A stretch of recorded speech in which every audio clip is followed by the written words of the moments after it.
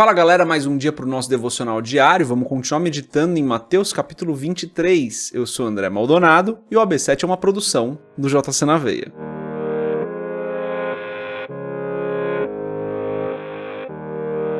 Mateus capítulo 23, dos versos 8 a 12, está escrito assim: Mas vocês não devem ser chamados rabis.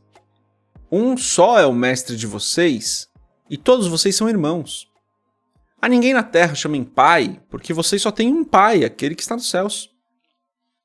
Tampouco vocês devem ser chamados chefes, porquanto vocês têm um só chefe, o Cristo.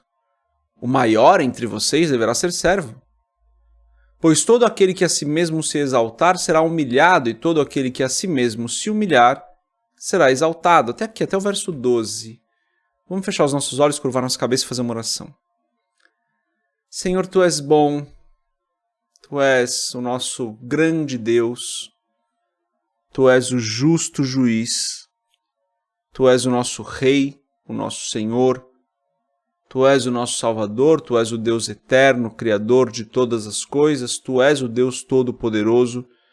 Não há outro como o Senhor, nunca houve nem nunca haverá. O Senhor é perfeito, santo, o Senhor é eterno, o Senhor é o conhecedor de todas as coisas. Não há outro como o Senhor. Tu és bom. Em todo o tempo, Tu és bom. Eu peço, Pai, que o Senhor perdoe os nossos pecados, porque nós falhamos, erramos. Perdoa-nos da mesma forma que nós temos perdoado os nossos irmãos. E eu te agradeço por mais esse dia, te agradeço por mais esse devocional, te agradeço por mais esse momento que nós temos aqui com a Tua Palavra. Te agradeço porque o Senhor tem nos ajudado, nos abençoado, nos guardado. Eu te agradeço porque em todo o tempo o Senhor é bom. Peço em nome de Jesus que o Senhor nos abençoe hoje, nos livre de todo mal. Não nos deixe cair em tentação. Guarda as nossas vidas, Pai, porque nós dependemos do Senhor. Guarda-nos de maneira que nós façamos a Tua vontade, que nós não caímos em tentação, que nós não pequemos. Guarda as nossas vidas, ajuda-nos, Senhor, nós dependemos do Senhor. Derrama da Tua provisão sobre nós. Traz cura para aqueles que estão enfermos, para aqueles que estão internados. Traz alívio para aqueles que estão sofrendo, Senhor, e abre portas de emprego para aqueles que estão necessitados, Pai. Restaura casamentos, restaura os sentimentos, Pai.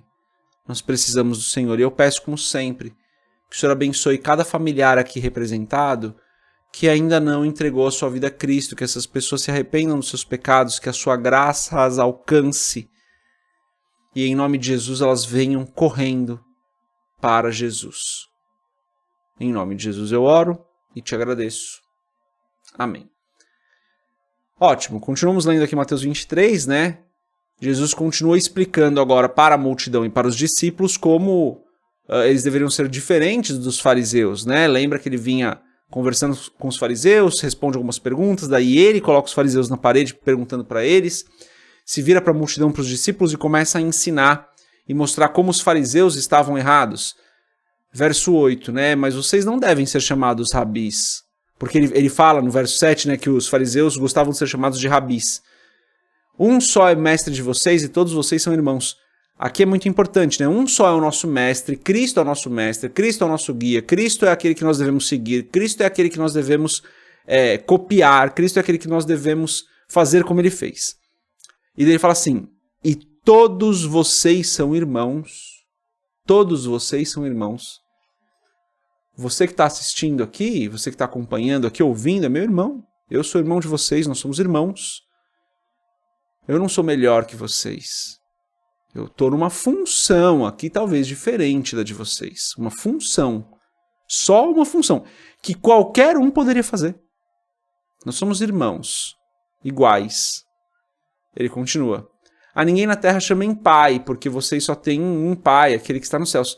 Claro, gente, pelo amor de Deus. Jesus não está falando aqui que você não vai chamar o teu pai, aquela pessoa que te gerou, que te criou, que cuida de você como pai. Você vai chamar essa pessoa como pai. Entendam o contexto aqui, tá bom?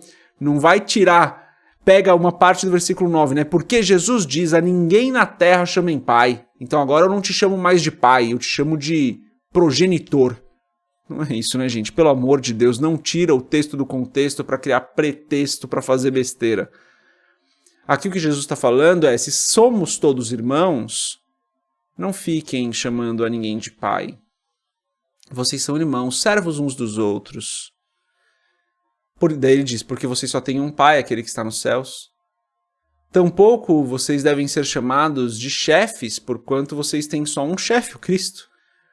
Agora aqui o verso 11 é a chave desse entendimento, né? O maior entre vocês deverá ser servo. E daí ele continua a trazer uma explicação muito clara. Pois todo aquele que a si mesmo se exaltar será humilhado, e todo aquele que a si mesmo se humilhar será exaltado. Mas o verso 11 é aquele verso que você precisa guardar. O maior entre vocês deverá ser servo.